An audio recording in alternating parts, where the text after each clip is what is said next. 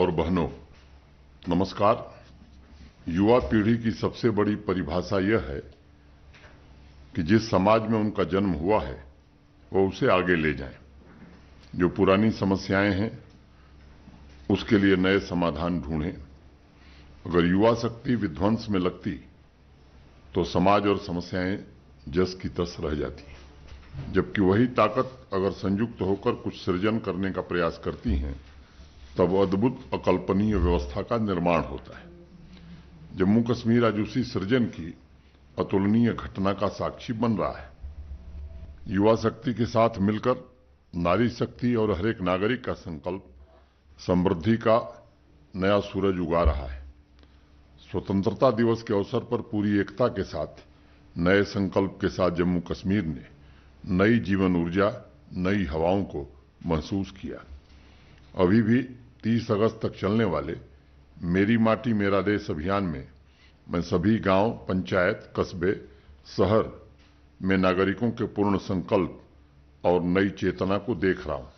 अलग अलग जिलों में स्वतंत्रता सेनानियों और सुरक्षा बलों को समर्पित शिला फलकम की स्थापना जैसे कार्यक्रमों के साथ साथ पंचप्रण, संकल्प, वसुधा वंदन, वीरों का वंदन जैसी पहल में व्यापक जनभागीदारी के साथ यह उत्सव मनाया जा रहा है। मुझे अत्यधिक प्रसन्नता है कि दिल्ली में अमृत वाटिका बनाने के लिए जम्मू कश्मीर से अमृत कलश यात्रा जा रही है। मैं पंचायती राज संस्था के सभी जनप्रतिनिधियों एवं नागरिकों से अनुरोध करता हूं कि अपने गांव या शहर की किसी ऐसी हस्ती को भी सम्मानित करें जिन्होंने समाज के विकास के लिए महत्वपूर्ण योगदान दिया है। शिक्षा, स्वास्थ्य सेवा, स्वच्छता, सांस्कृतिक प्रचार प्रसार के लिए अनेक युवाओं और महिलाओं ने भी निस्वार्थ भाव से काम किया है। उन्होंने समाज सेवा को ही अपने जीवन का लक्ष्य बना लिया है। उनकी अलौकिक और असाधारण प्रतिभा का सम्मान आवश्यक है। मेरी माटी मेरा देश के आयोजनों में उनकी भागीदारी समाज को ऊंचे लक्ष्य तय करने और उन लक्ष्यों को प्राप्ति के प्रति दृढ़ता प्रदान करेगी।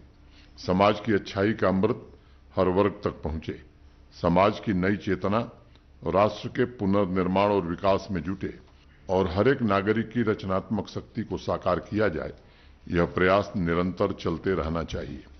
मैं उम्मीद करता हूं कि पवित्र भाव से इस मिट्टी को पोषित कर रहे व्यक्तित्वों का सम्मान करके हम पूरे देश के सामने समानता, सद्भाव और शांति का अप्रतिम उदाहरण प्रस्तुत कर सकते हैं।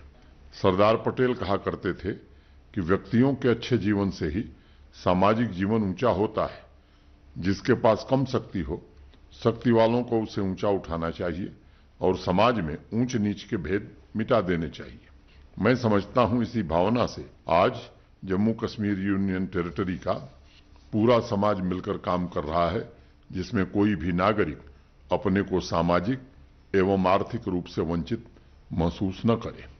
आपसी सहयोग की भावना से सभी वर्गों को विकास की मुख्य धारा में लाया जाए।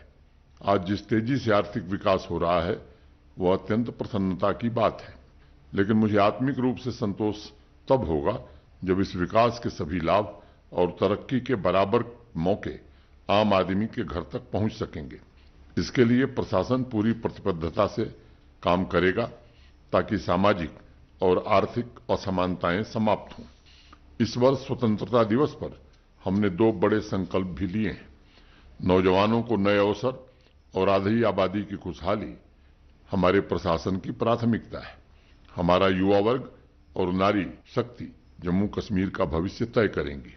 पिछले 3 वर्षों में स्पष्ट नीति और नियत के साथ जो लक्ष्य हासिल किए गए हैं उन्हें और रफ्तार देना है। हमें शिद्दत से यह प्रयास करना है कि हमारा युवा नौकरी देने वाला बने। हमें यह सुनिश्चित करना होगा कि आधी आबादी को उसका पूरा हक और सम्मान मिले।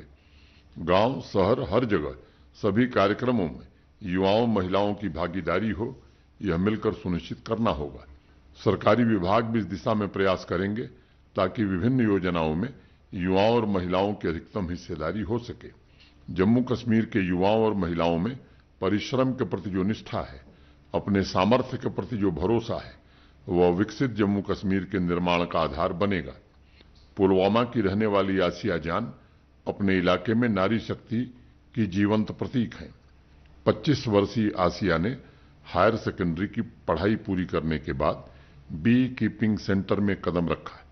उनका उद्देश्य अपने बिजनेस वेंचर की सफलता के साथ साथ गांव की महिलाओं का सशक्तिकरण भी था। रूरल लाइवलीहुड मिशन की सहायता से और अपने दृढ़ निश्चय से आसिया ने न सिर्फ ऑर्गेनिक हनी बिजनेस को नया स्वरूप दिया, बल्कि उस वेंचर से 20 अन्य महिलाओं को जोड़कर उनकी प्रगति का मार्ग भी प्रशस्त किया। उनके सामने तमाम चुनौतियां भी आईं, लेकिन आसिया ने उनका मुकाबला किया और गांव से निकलकर जिले की अन्य महिलाओं को बी कीपिंग सेक्टर से जुड़ने के लिए प्रेरित भी किया। अभी तक वह लगभग 1000 महिलाओं को ट्रेनिंग दे चुकी हैं। जिन महिलाओं की रुझान अन्य सेक्टर में है, उनके लिए भी क्लस्टर कोऑर्डिनेटर के रोल में आसिया मशरूम कल्टीवेशन जैसे क्षेत्र में हाथ आजमाने के लिए उन्हें प्रेरित कर रही हैं। आसिया की ही तरह रामबन की हिना लतीफ ने जम्मू यूनिवर्सिटी से इंग्लिश में पोस्ट ग्रेजुएशन करने के पश्चात नौकरी ढूंढने की बजाय नौकरी देने का सामर्थ्य पैदा करने की ठानी। Prime minister employment generation program की मदद से हिना ने अपने इलाके की पहली फूड प्रोसेसिंग यूनिट स्थापित की है।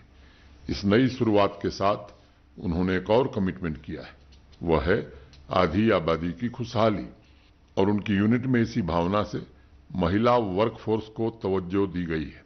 आज उनकी फूड प्रोसेसिंग यूनिट में 7 महिलाएं काम कर रही हैं और हिना भविष्य में बिजनेस को स्केल अप करके ज्यादा से ज्यादा महिलाओं को रोजगार के अवसर प्रदान करने के लक्ष्य के साथ आगे बढ़ रही हैं।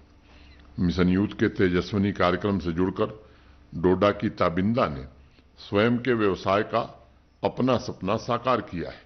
अन्य लोगों को रोजगार के अवसर उपलब्ध कराने के साथ साथ वो इलाके की तमाम महिलाओं को इंटरप्रेन्योर बनने के लिए प्रेरित कर रही हैं। डोडा जिले से ही सफलता की एक और कहानी नाजिया कौसर ने लिखी है। उन्होंने भी तेजस्विनी स्कीम से जुड़कर जॉब सीकर से जॉब क्रिएटर बनने के अपने संकल्प को साकार किया है। बसंतगढ़ उधमपुर की Lalita Devi self help group join करके कलाड़ी की पैकेजिंग और मार्केटिंग कर रही हैं। उनके साथ इलाके की 50 अन्य महिलाएं भी जुड़ी हैं और सभी के अथक परिश्रम से हिमालयन ब्लिस आज एक मशहूर ब्रांड बन गया है। उनकी सफलता से प्रेरित होकर डिस्ट्रिक्ट कोऑपरेटिव डिपार्टमेंट ने 3 मिल्क कोऑपरेटिव सोसाइटी भी रजिस्टर्ड की हैं और आने वाले समय में उधमपुर की नारी शक्ति को अपना स्वयं का रोजगार शुरू करने के अनंत अवसर भी इससे उपलब्ध होंगे। बांदीपुरा की मुमताजा बेगम की चर्चा आजकल कर्म मार्ग के प्रणेता के रूप में हो रही है। सीप फार्मिंग पारंपरिक रूप से पुरुषों का कार्यक्षेत्र माना जाता रहा है, लेकिन परंपराओं को चुनौती देते हुए मुमताजा ने बड़े साहस के साथ इस क्षेत्र में कदम बढ़ाया और आज पूरे जिले में उनका गौरवगान हो रहा है। उन्होंने अपने फार्म पर पुरुष कर्मियों को भी रोजगार प्रदान किया है। मैं समझता हूं उनकी सफलता ने उस इलाके में नए सपनों को पनपने का अवसर दिया है। आज नारी शक्ति की सफलता और उनके दृढ़ निश्चय की ऐसी तमाम कहानियां जम्मू कश्मीर के अलग अलग जिलों से पूरे देश को प्रेरणा दे रही हैं तथा नई ऊर्जा भी प्रदान कर रही हैं। मैं समझता हूं आजादी आबादी को नए संकल्प लेने होंगे, नए सपने देखने होंगे और उसे पूरा करने के लिए परिश्रम भी करना होगा। तभी हम भविष्य में महिलाओं के नेतृत्व में विकास के संकल्प को साकार कर सकेंगे। मैं इन सभी बिजनेस वेंचर्स को अपनी शुभकामनाएं देता हूं। जम्मू कश्मीर प्रशासन की आधी आबादी की खुशहाली अभियान में आसिया, हिना, ताबिंदा, नाजिया, ललिता देवी तथा मुमताजा को उनके इलाके में सक्रिय भागीदारी के लिए मैं रूरल लाइवलीहुड मिशन को निश्चित ही आवश्यक निर्देश दूंगा। प्यारे भाइयों और बहनों, जीवन में सफलता की सिर्फ एक ही गारंटी और एक ही कसौटी है, वह है अपने आप पर विश्वास। लीग से अलग हटकर कुछ करने का नैतिक साहस सफलता की दिशा में पहला कदम है। सेल्फ एम्प्लॉयमेंट के विभिन्न कार्यक्रम रोजगार के अलावा समाज में नई गति और नई चेतना विकसित कर रहे हैं। यह मेरा दृढ़ विश्वास है कि इससे आने वाले भविष्य में अनेक नई प्रतिभाओं का भी जन्म होगा। हमें यह बात समझनी होगी कि जीवन प्रतिपल नया है, देश और दुनिया में रोज परिवर्तन हो रहे हैं, इसलिए हम सभी को इस बदलाव के साथ तालमेल बैठाकर चलना होगा। और समाज को नए संसाधन तथा चुनौतियों के लिए नए समाधान उपलब्ध कराने होंगे। ऐसा ही एक उदाहरण कुछ दिन पहले मुझे बारामूला में देखने को मिला है। आदरणीय प्रधानमंत्री श्री नरेंद्र मोदी जी के आह्वान पर बारामूला के अब्दुल गनी शेख ने मिलेट कल्टीवेशन शुरू किया है। वह बारामूला के पहले किसान हैं जिन्होंने 20 कनाल जमीन में मिलेट फार्मिंग की शुरुआत करके अन्य किसानों को भी प्रेरणा दी है। आजकल स्थानीय किसान अत्यंत उत्साह के साथ अब्दुल साहब से सलाह लेने आ रहे हैं और मुझे यकीन है कि जिस प्रकार मार्केट में मिलेट की मांग बढ़ रही है उसे देखते हुए किसान भाइयों को काफी मुनाफा भी होगा। जम्मू कश्मीर प्रशासन प्रयास कर रहा है कि होलिस्टिक एग्रीकल्चर डेवलपमेंट प्रोग्राम के तहत मिलेट की खेती के लिए बीज से बाजार तक के नेटवर्क को सशक्त बनाया जाए तथा वैल्यू एडिशन की भी समुचित व्यवस्था हो। सबसे बड़ी बात है कि मिलेट की खेती आसान है और विश्व भर में स्वास्थ्य को लेकर बढ़ रही जागरूकता ने इसकी मांग में भी भारी वृद्धि की है। यह उचित समय है जब किसान उत्पादक संगठन इससे जुड़कर बाजार संपर्क को और बेहतर बना सकते हैं। अब्दुल शेख की ही तरह किश्तवाड़ के रहने वाले प्रीतम सिंह ने पारंपरिक खेती से हटकर इंटीग्रेटेड फार्मिंग पर बल दिया है। हालांकि उनके इलाके में ज्यादातर किसान गेहूं और मक्के की खेती करते हैं, लेकिन प्रीतम सिंह ने बहुत कम संसाधन होने के बावजूद एग्रीकल्चर, हार्टिकल्चर तथा डेयरी के इंटीग्रेशन से सिर्फ अपने लिए समृद्धि का मार्ग तय नहीं किया है, बल्कि अन्य किसानों को भी नए संकल्प दिए हैं। और मैं इस बात को दोहराना चाहूंगा कि आज सबसे माकूल समय है जब आप अपने सपने, अपने संकल्प को पूरा कर सकते हैं। अगर किसी भी किसान, नौजवान या हमारी बहनों और बेटियों के पास बिजनेस का कोई नया आइडिया है या वह अपने मौजूदा बिजनेस को स्केल अप करना चाहते हैं तो हमारा प्रशासन उनकी पूरी तरह मदद करने के लिए तैयार है। सभी डिस्ट्रिक्ट्स में यह व्यवस्था सुनिश्चित की गई है कि नए आइडियाज को प्रोत्साहित किया जाए। अगर ट्रेनिंग की आवश्यकता है तो उसका प्रबंध किया जाए और उन्हें फाइनेंशियल सपोर्ट भी मिले, इसकी व्यवस्था की जाए। जिस दिन आपके भीतर से नए रास्ते का भय समाप्त हो जाएगा उस दिन अनेक नए दरवाजे और नए अवसर मिलेंगे। एक पुरानी कहावत है, किसी ने बहुत बड़ा आलीशान घर बनाया लेकिन उसमें सिर्फ एक दरवाजा रखा है। घर के सामने से जा रहे एक व्यक्ति ने कहा कि यह उचित न होगा क्योंकि जितने दरवाजे होंगे जिंदगी उतनी ही संभावनाओं से भरी होती है। हम कई बार सोचते हैं कुछ ऐसा करना चाहिए, लेकिन सोचने और उसे कार्य रूप देने में वर्षों लग जाते हैं। इसलिए महात्मा बुद्ध के पास अगर कोई प्रश्न लेकर पहुंचता था तो वह कहते थे कि मैं प्रश्नों का जवाब नहीं देता, मैं समाधान देता हूं। क्योंकि प्रश्नों के उत्तर शायद समझने में समय लगे, लेकिन समाधान तुरंत परिवर्तन का कारक बन सकता है। रामकृष्ण परमहंस कहा करते थे, कुछ भी असंभव नहीं है, बस संकल्प भर चाहिए, क्योंकि संकल्प में सबसे बड़ा सामर्थ्य होता है। हमें विकसित जम्मू कश्मीर के संकल्प के साथ समाज के प्राणों को फिर से गति देनी होगी ताकि लोगों के मन में नित्य नया मंथन पैदा हो। अंधकार कितना भी घना क्यों न हो, उसे एक छोटे से दिए से मिटाया जा सकता है। इसलिए मेरी आप सबसे गुजारिश है कि निर्भय होकर उस दिशा में कदम बढ़ाएं जिससे आपका व्यक्तिगत जीवन एवं समाज रूपांतरित हो सकता है। अभी कुछ दिन पहले राजगढ़ मध्य प्रदेश की बच्ची आशा मालवी मुझसे मिलने राजभवन आई थी। वो पिछले 10 महीने से साइकिल पर पूरे भारत का भ्रमण कर रही है और जम्मू कश्मीर उस बच्ची का 28वां पड़ाव था। एक साधारण परिवार से ताल्लुक रखने वाली आशा ने कुछ दिन जम्मू तथा श्रीनगर में बिताए और यहाँ के आम नागरिकों ने उसका स्वागत और अभिनंदन किया। आशा जैसी बच्चियों का साहस इस बात का प्रतीक है कि आज छोटे छोटे संकल्प लोगों को आत्मवान बना रहे हैं। अगर नारी शक्ति, नौजवान, किसान मिलकर नई पहल का निरंतर प्रयास करेंगे तो न सिर्फ समाज जागृत होगा, शक्तिवान, ज्ञानवान होगा, बल्कि बदलाव की नई धारा भी शुरू होगी। पिछले महीने प्रधानमंत्री आवास योजना के पात्र व्यक्तियों को जिनके पास जमीन नहीं है, प्रशासन ने 5 मरला जमीन देने का निर्णय किया ताकि उन्हें पक्का मकान निर्मित करके दिया जा सके। इस योजना के पीछे सबसे बड़ा लक्ष्य है कि वंचित वर्गों के लिए एक ऐसे भविष्य का निर्माण किया जाए जिसमें प्रत्येक परिवार सौहार्दपूर्ण एवं प्रगतिशील वातावरण में गरिमापूर्ण, समृद्ध और प्रसन्नतापूर्वक जीवन जी सके। उस घोषणा के पश्चात प्रधानमंत्री आवास योजना ग्रामीण के अनेक सामान्य वर्ग के लाभार्थियों ने प्रशासन के इस पहल की प्रशंसा करते हुए ब्लॉक ऑफिसर्स के माध्यम से अपने कुछ सुझाव भी भेजे हैं। मदीन ब्लॉक कठुआ के रोशनलाल ने लिखा है कि अभी भी कुछ ऐसे इलाके हैं जहां भूमिहीन पात्र लाभार्थी रहते हैं और सरपंच साहिबान के माध्यम से उनको भी इस महत्वपूर्ण पहल का लाभ पहुंचाया जा सकता है। डांगरी रजौरी की रहने वाली सुनीता देवी ने प्रशासन की सराहना करते हुए लिखा है कि इंस्टॉलमेंट सही समय पर आए, इसकी भी व्यवस्था होनी चाहिए।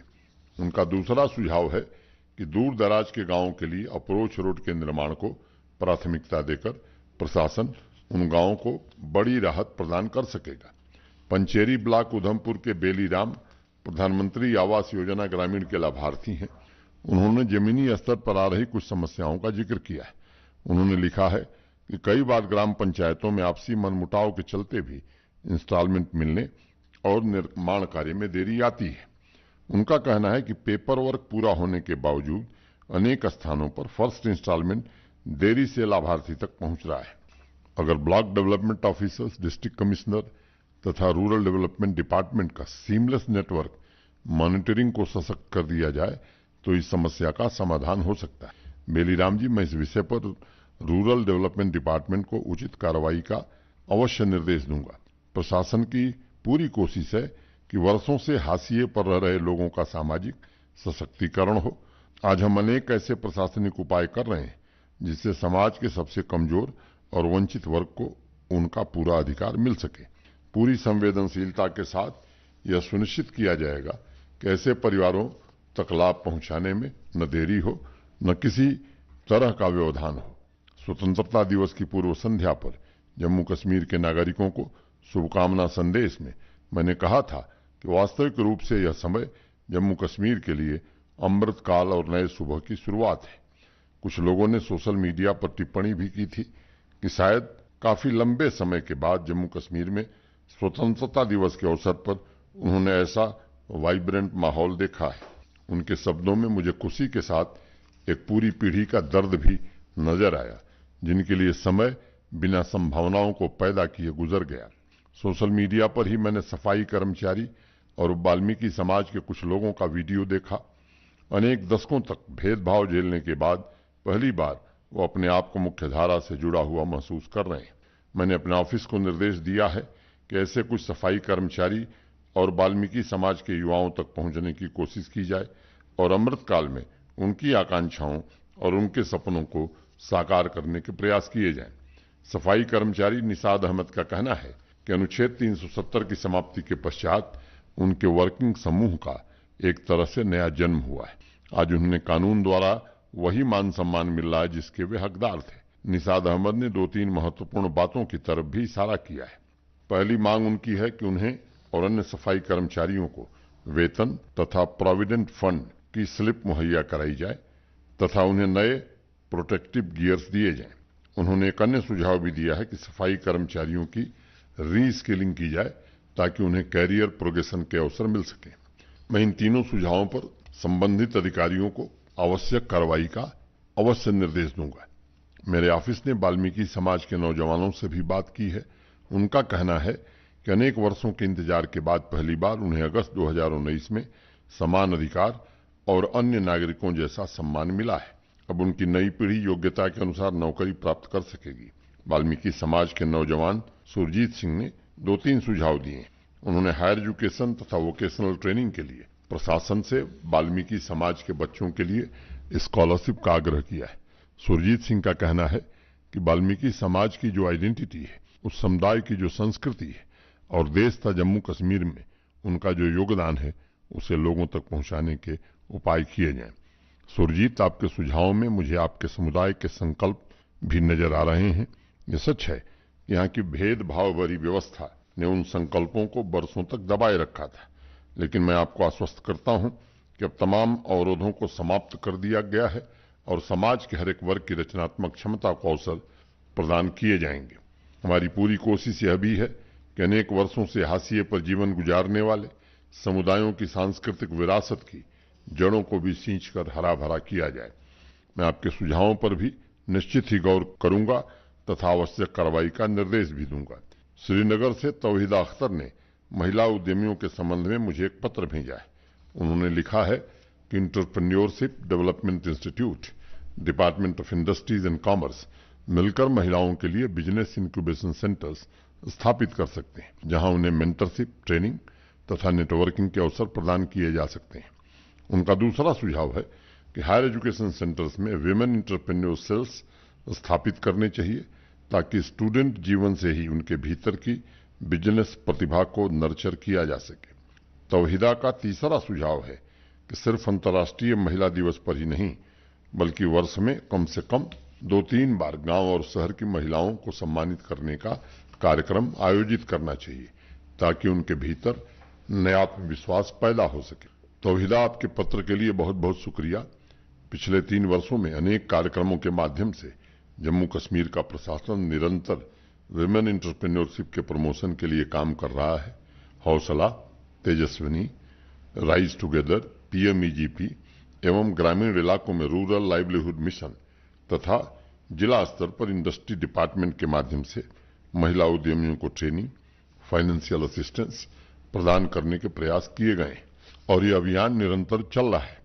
हौसला के अंतर्गत 50 महिला उद्यमियों के बिजनेस को स्केल अप करने का भी अभियान चलाया गया था। इसमें हमें महत्वपूर्ण सफलता भी मिली। मैं समझता हूं कि सिर्फ नए डिपार्टमेंट में सेल्स क्रिएट करने की बजाय पिछले 3 सालों में जो इकोसिस्टम निर्मित हुआ है और उसके माध्यम से जो सुविधाएं पहुंचाई जा रही, जो अभियान चलाए जा रहे, जिन स्कीम्स का आगाज हुआ है, उनका पूरा लाभ महिला उद्यमियों तक पहुंचाना ये सर्वोच्च प्राथमिकता होनी चाहिए। सैचुरेशन कार्यक्रमों की सफलता की गारंटी है। इस कार्य में योजनाओं की लाभार्थी महिलाएं प्रशासन की मदद कर सकती हैं, ताकि हम ज्यादा से ज्यादा लोगों तक पहुंच सकें। मैं इस कार्यक्रम के माध्यम से एक बात जरूर कहना चाहूंगा। जम्मू तथा कश्मीर दोनों डिवीजन्स में हैंडीक्राफ्ट तथा हैंडलूम सेक्टर से जुड़ी महिला उद्यमियों की ट्रेनिंग तथा आर्थिक मदद के लिए भी विशेष अभियान चलाया जा रहा है। इस अभियान में कश्मीर डिवीजन से हजारों पंजीकरण हो चुके हैं, लेकिन जम्मू डिवीजन से उतना उत्साहजनक रिस्पांस नहीं मिल रहा है जितनी हमें उम्मीद थी। मेरी इच्छा है कि वहां भी एक अभियान चलाकर महिला उद्यमियों को प्रेरित कर इस अभियान से जोड़ा जाए। आज मुद्रा योजना द्वारा महिला उद्यमियों के संकल्पों और आकांक्षाओं को पंख देने के लिए भी कई उपाय किए गए। उनके बिजनेस को प्रमोट करने के लिए सरकारी विभागों में भी सेल्फ हेल्प ग्रुप तथा महिला संचालित कोऑपरेटिव सोसाइटी के उत्पादों की खरीद पर बल दिया जा रहा है। मैं सभी श्रोताओं को यह भी जानकारी देना चाहूंगा कि लगभग सभी यूनिवर्सिटीज में इंक्यूबेशन सेंटर की स्थापना हो गई है। इस कार्यक्रम को सुन रहे सभी बच्चों से मैं अनुरोध करूंगा कि वह ऐसे सेंटर्स के रिसोर्सेस का इस्तेमाल करके अपने आइडियाज को साकार करने का प्रयास करें। मैं तौहीदा की बात से सहमत हूं। नारी शक्ति की उपलब्धियों का सम्मान सिर्फ साल में एक दिन नहीं होना चाहिए। आत्मनिर्भर जम्मू कश्मीर में उनके योगदान को सम्मानित करने के लिए जिला स्तर के आयोजनों में उनकी भागीदारी सुनिश्चित हो, उनका सम्मान हो, ऐसी व्यवस्था बनाई जाए और मैं इस संबंध में सभी डिस्ट्रिक्ट कमिश्नर्स को अवश्य निर्देश दूंगा। मैं मानता हूं यह पूरे समाज के हित में है कि मानवता की आधी आबादी आर्थिक रूप से स्वतंत्र हो, क्योंकि तभी विकास के नए आयाम और नए अध्याय शुरू होंगे। और इस बात में कोई शक नहीं है कि अगर महिला उद्यमियों को अपने टैलेंट को पूरी तरह से अभिव्यक्त करने का अवसर मिले तो वह सफलता के परम शिखर को छू सकती हैं। सांबा से रजत सांब्याल ने ऑडियो मैसेज के जरिए इंजीनियरिंग ग्रेजुएट्स को अवसर प्रदान करने के संबंध में कुछ सुझाव भेजे। आइए पहले उनके संदेश को सुनते हैं। आदरणीय एलजी महोदय, आपके सुशासन के चौथे साल के प्रारंभ में मैं आपकी दृष्टि एक संपूर्ण विषय पर लाना चाहूंगा, दैट इज इंजीनियरिंग ग्रेजुएट्स का जम्मू कश्मीर से ब्रेन ड्रेन। तथ्य के आधारों पर यह देखा गया है कि सिर्फ 5% इंजीनियरिंग ग्रेजुएट जो प्राइवेट सेक्टर में काम करते हैं वो जम्मू कश्मीर में रुक पाते हैं, क्योंकि यहाँ पर प्राइवेट सेक्टर और इंडस्ट्री इकोसिस्टम को बहुत सालों से इग्नोर करा गया। 3 स्टेप्स में सजेस्ट करना चाहूंगा जिससे हम इसको रिड्यूस कर सकते हैं। पहला, हम एमएनसीज को इन्वाइट करें कि वो यहाँ पे business processing outsourcing and knowledge processing outsourcing के सेंटर्स खोलें, specially in the Samba Kathua belt, जहां पे बहुत ही अच्छा एक रोड और कम्युनिकेशन नेटवर्क एग्जिस्ट करता है। दूसरा, मैं चाहूंगा कि प्राइवेट सेक्टर को बोला जाए कि वो इन्वेस्ट करे इमर्जिंग सेक्टर्स में, like renewable, artificial intelligence, with A pre condition कि यहाँ पे 75% लोकल वर्कफोर्स को यूज करा जाएगा। तीसरा, मैं चाहूंगा कि एलुमनाई एंगेजमेंट्स को एनहांस करा जाए, like in IITs, IIMs, NITs, GCETs, ताकि वो इन्वेस्ट बैक करे कॉलेजेस में और उसके अराउंड की इंडस्ट्रीज में। मैं चाहूंगा कि एलजी साहब आप इसको जल्द से जल्द इस पे एक नीति बनाएं, इसको और इस समस्या का समाधान करें। Thank you so much sir. Rajat, इन सुझावों के लिए आपका बहुत बहुत धन्यवाद। मैं आपकी बात से सहमत हूं कि अनेक दशकों तक यहाँ इंडस्ट्रीज को इग्नोर करने की वजह से स्थानीय प्रतिभाओं का पलायन हुआ और खासकर इंजीनियरिंग ग्रेजुएट्स को अन्य बड़े शहरों का रुख करना पड़ा। पिछले 2 वर्षों में प्राइवेट इन्वेस्टमेंट को प्रमोट करने के लिए तथा यहाँ की प्रतिभाओं को जम्मू कश्मीर के सामर्थ्य के साथ जोड़ने के लिए अनेक प्रयत्न किए गए। हमारी कोशिश है कि स्टार्टअप्स, एमएसएमई तथा आईटी इनिशिएटिव, इन 3 क्षेत्रों में आपसी सामंजस्य द्वारा इंजीनियरिंग, बायोटेक्नोलॉजी में अवसर उपलब्ध कराए जाए एवं नॉलेज इकोनॉमी के संकल्प को साकार किया जाए। आज पूरा विश्व इंडस्ट्री 4.0 का साक्षी बन रहा है और उसके अनुकूल बदलाव ला रहा है। इस बदलाव में जम्मू कश्मीर के नौजवानों की भूमिका सुनिश्चित करने के लिए भी हम प्रयास कर रहे हैं और पिछले वर्ष से लगातार इंडस्ट्रियल यूनिट का ऑपरेशन शुरू करने की कोशिश भी हो रही है। मुझे विश्वास है कि आने वाले 2-3 वर्षों में इसे और गति मिलेगी और 1700 से ज्यादा इंडस्ट्रियल यूनिट ऑपरेशनल हो जाएंगी, जिसमें इंजीनियरिंग ग्रेजुएट्स के लिए नए अवसर उपलब्ध होंगे। कठुआ के शीतल ललोत्रा ने मुझे ऑडियो मैसेज के जरिए कुछ सुझाव भेजे। आइए उनके सुझावों को सुनते हैं। मेरा नाम शीतल ललोत्रा है। मैं जम्मू विश्वविद्यालय में पीएचडी की छात्रा हूँ। आवाम की आवाज के माध्यम से मैं 2 सुझाव पेश करना चाहूंगी। मेरा पहला सुझाव ये है कि जम्मू में एक आधुनिक एम्फी थिएटर, जिसे हम ओपन एयर थिएटर भी कहते हैं, उसका निर्माण किया जाए, जिससे कि हमारी जम्मू की युवा पीढ़ी को एक ऐसा मंच मिले जहाँ पे वे अपने काव्य रचनाएं, फोक म्यूजिक, नृत्य, नुक्कड़ नाटक, लोकल डॉक्यूमेंट्रीज आदि लोगों के सामने प्रदर्शित कर सके। दूसरा सुझाव, जम्मू शहर में रात्रि बाजार की शुरुआत की जाए। ये एक ऐसा प्लेटफॉर्म बने जहां की जम्मू की लोकल क्यूजीन्स जैसे क्यूर, मदरा, चरोलियां, मालपुए, अम्बल जैसी चीजें बाहर से आने वाले पर्यटकों के लिए साल भर उपलब्ध करवाई जा सके, ताकि जम्मू सिर्फ राजमा चावल तक ही सीमित न रह जाए। आशा करती हूँ कि ये सुझाव जम्मू में नाइट लाइफ को आने वाले समय में और बेहतर बनाएंगी। धन्यवाद। शीतल, आपके मैसेज के लिए बहुत बहुत धन्यवाद। आपका नाइट बाजार का सुझाव उत्तम है। मुझे लगता है कि अब जम्मू कश्मीर के सभी शहरों में विदेश के टूरिस्ट स्थलों पर लगने वाले वीकली नाइट बाजार जैसे पहल की शुरुआत की जा सकती है। इस तरह के आयोजन प्राचीन विरासत को प्रमोट करने, स्थानीय लोगों को रोजगार के अवसर प्रदान करने के साथ साथ सांस्कृतिक जीवंतता की दिशा में महत्वपूर्ण भूमिका निभा सकते हैं। आपके ओपन एयर थिएटर के सुझाव पर भी मैं कल्चर एकेडमी तथा डिस्ट्रिक्ट एडमिनिस्ट्रेशन को उचित कार्रवाई का निर्देश दूंगा। प्यारे भाइयों और बहनों, आज जिस तरह समाज की छोटी छोटी आकांक्षाएं, उनकी ख्वाहिशें पूरी हो रही, उससे सभी के भीतर नव निर्माण की दृष्टि भी मिल रही है। यह सृष्टि जब से है तभी से सूर्योदय हो रहा है, लेकिन समाज के जीवन में एक समय आता है जब एक ऐसा सूर्योदय होता है जो न पहले कभी हुआ था, न आगे कभी होगा। हमारे जीवन में भी वही क्षण आया। आइए मिलजुल कर इसका स्वागत करें और अपनी पूरी ताकत से जम्मू कश्मीर का नया भविष्य ढालने में अपने आप को अर्पित कर दें। अंत में मैं जम्मू कश्मीर के सभी नागरिकों को हृदय से साधुवाद देना चाहूंगा। जिस उत्साह के साथ, जिस जोश के साथ, जिस जज्बे के साथ आपने स्वतंत्रता दिवस के विभिन्न कार्यक्रमों में हिस्सा लिया है, उसने पूरे देश में ही नहीं बल्कि देश के बाहर भी एक बहुत ही अच्छा संदेश दिया है। जय हिंद।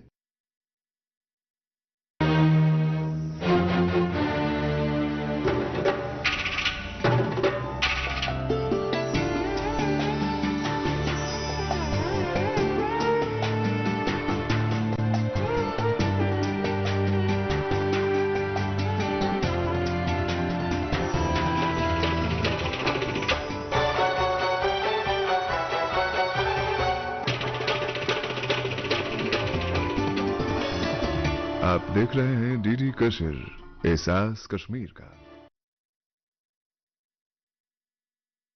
पापा, यहाँ से अपना प्लॉट शुरू होता है। मैं आपको लेआउट दिखाता हूँ। ये आपका रूम और इस साथ में बैल्कनी और इस मिट्टी पे घर। पापा साहब, बेटा, घर जिंदगी में एक ही बार बनता है। भरोसा रखिए, घर मजबूत ही बनेगा। एक है मौका, इसमें सब लगाऊंगा। अपने इरादों से मजबूत एक घर बनाऊंगा। भिजवाना सिर्फ अल्ट्राटेक ही। अल्ट्राटेक ही क्यों? आप ही ने तो कहा था कि घर जिंदगी में सिर्फ एक ही बार बनता है। घर एक, मौका एक, इसलिए सीमेंट भी देश का number 1। UltraTech, India's number 1 cement.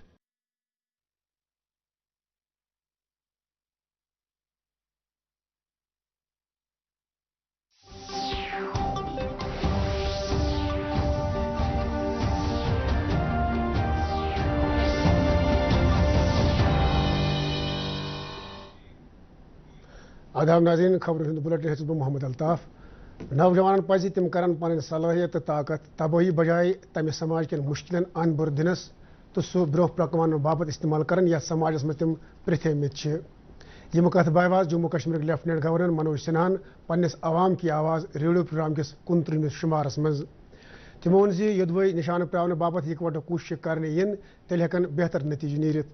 LGN वोन नौजवान जनान तो आम शहरियन हजो कोशिशों से जम्मू कश्मीर मज खुशहाली हुंद नो आफ्ताब खोतमुत।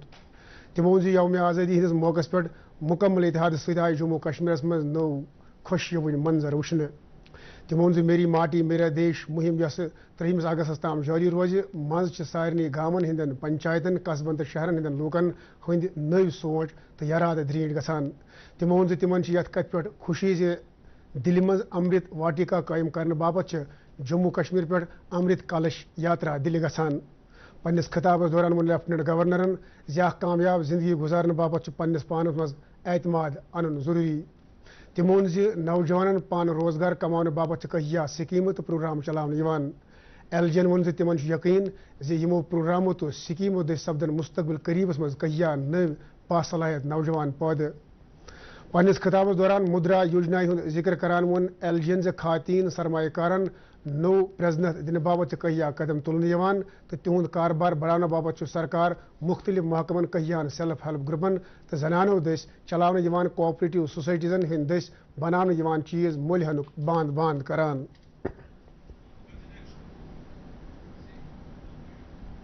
हर जगह सभी कार्यक्रमों में युवाओं महिलाओं की भागीदारी हो, यह मिलकर सुनिश्चित करना होगा।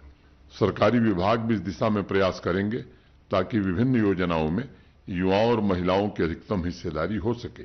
जम्मू कश्मीर के युवाओं और महिलाओं में परिश्रम के प्रति जो निष्ठा है, अपने सामर्थ्य के प्रति जो भरोसा है, वह विकसित जम्मू कश्मीर के निर्माण का आधार बनेगा। सेल्फ एम्प्लॉयमेंट के विभिन्न कार्यक्रम रोजगार के अलावा समाज में नई गति और नई चेतना विकसित कर रहे हैं। यह मेरा दृढ़ विश्वास है कि इससे आने वाले भविष्य में अनेक नई प्रतिभाओं का भी जन्म होगा।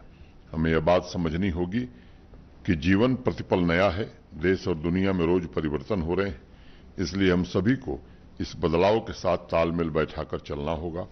मैं जम्मू कश्मीर के सभी नागरिकों को हृदय से साधुवाद देना चाहूंगा। जिस उत्साह के साथ, जिस जोश के साथ, जिस जज्बे के साथ आपने स्वतंत्रता दिवस के विभिन्न कार्यक्रमों में हिस्सा लिया है, उसने पूरे देश में ही नहीं बल्कि देश के बाहर भी एक बहुत ही अच्छा संदेश दिया है।